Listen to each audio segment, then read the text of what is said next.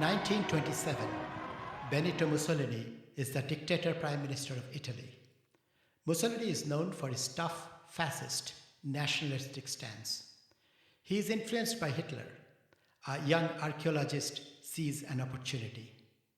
He wants to cut open the city of Herculaneum, a city that is buried under the volcanic ash for nearly 2,000 years. He tells Mussolini that Italy needs to know their past glory. Without nationalism, a nation cannot be built. Mussolini is convinced. He extends his personal patronage to excavate the city of Herculaneum, a nearby city destroyed by Mount Vesuvius, just like Pompeii. The excavation work is carried on for 15 years. The carbonized city of Herculaneum turns out to be a preservation sanctuary, revealing surprising artifacts. With time, this young archaeologist, Amadeo Maiuri, will become one of the most renowned archaeologists in the world. In 1938, a broken ivory statuette is unearthed. It stirs instant curiosity amongst the scholars. This figurine must have originated from India before the Mount Vesuvius erupted in 79 CE.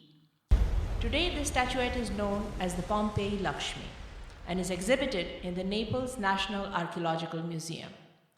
The archaeological evidences suggest that the statuette arrived in Rome from India during the reign of Augustus, the first emperor of the Roman Empire. Augustus is born as Octavian, and though in reality he is the nephew of Julius Caesar, he is considered as his adopted son.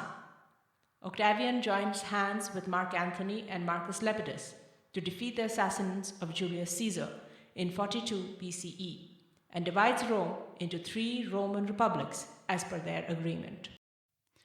300 years before Augustus, Alexander invades India. His victory over King Purushottama in the Battle of Hydespes in 326 BCE on the banks of river Jhelum becomes costly. Farther eastward move means to confront with Nanda dynasty of Magadha, whose army is reported to be 5-fold larger than his. Alexander calculates, decides to return to Macedonia, but not before leaving a permanent imprint in India. He implements Greek as the official language in the northwestern provinces of India, where he won the battles. These provinces include Gandhara and the Indus Valley region, which in modern day are Afghanistan, part of Pakistan, and the Ladakh region. On his way back to Macedonia, Alexander dies untimely in 323 BCE. His death begins a new era called Hellenistic Era, where the motto is to accept anyone as Greek who can speak the language or is willing to identify himself or herself with Greek culture. This liberal attitude sees tremendous growth of Greek influence in Alexander's colonies of Egypt, Middle East, and India. However, Greece mainland, or the Kingdom of Macedonia, starts declining. In the Hellenistic era, Ptolemy Soter becomes the first pharaoh of Egypt and makes Alexandria its capital. He is the brother of Alexander the Great and receives Alexander's dead body that was in transit to Macedonia and buries it in Alexandria. He transforms Alexandria into a powerful city and a learning center. Around the same time, Seleucus Nicator, Alexander's infantry general, rises to power along India's border and forms Seleucid Empire, which engulfs entire Persia, Asia Minor, as well as Babylon. Current-day Iraq becomes the eastern outpost for Greece. The region becomes commonly known as Bactria. Meanwhile, Chandragupta Maurya establishes the Mauryan Empire, defeating the Nanda dynasty with the help of Chanakya. Pataliputra becomes his capital. Chandragupta clashes with Seleucus to annex the Indus Valley region and part of Gandhara, which was won by Alexander. Seleucus loses. The war ends in a peace treaty in which Chandragupta marries Seleucus' daughter Helena and gains control over the desired land. Greeks are called the Yavanas in Sanskrit. Many Greeks migrate to India after the war.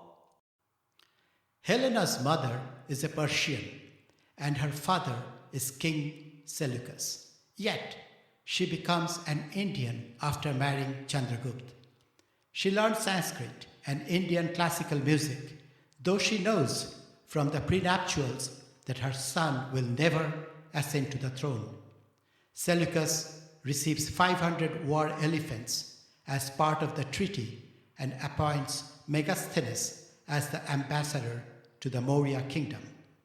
The Greeks and the Indians continue to accept each other for nearly one more century, especially under Emperor Ashoka's watch.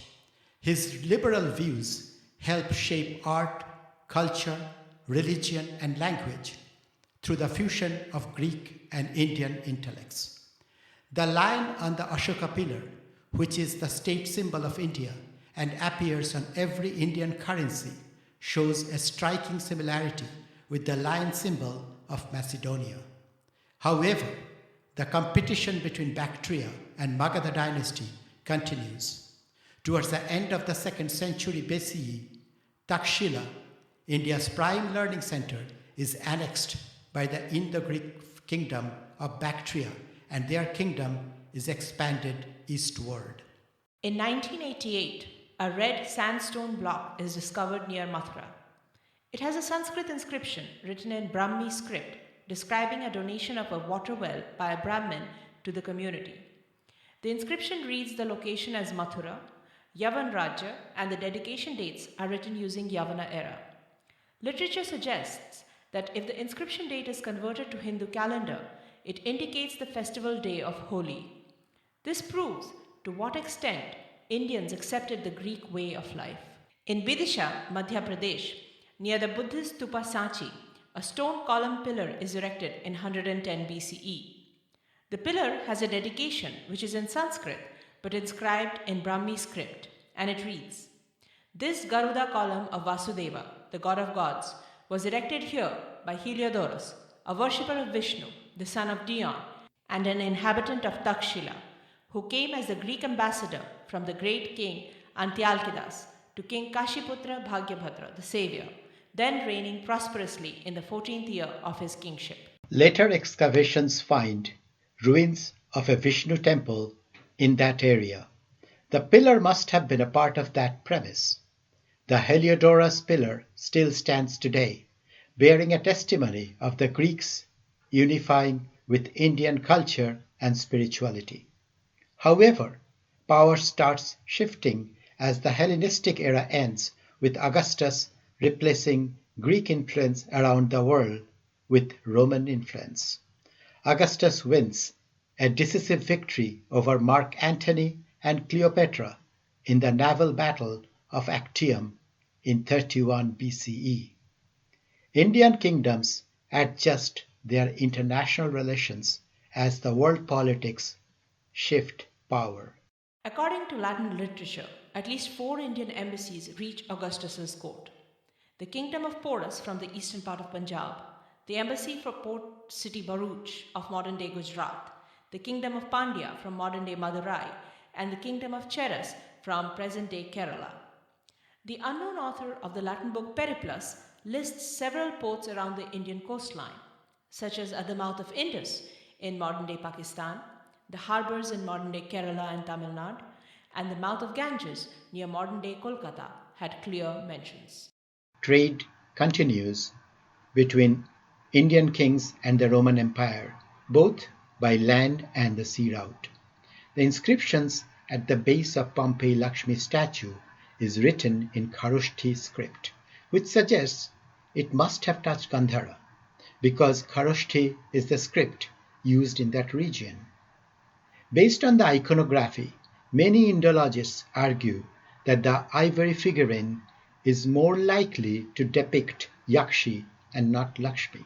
However, there remains absolutely no doubt that the statuette travelled halfway across the globe to Rome, carrying the touch of India, and all around the time when Christianity was not even born.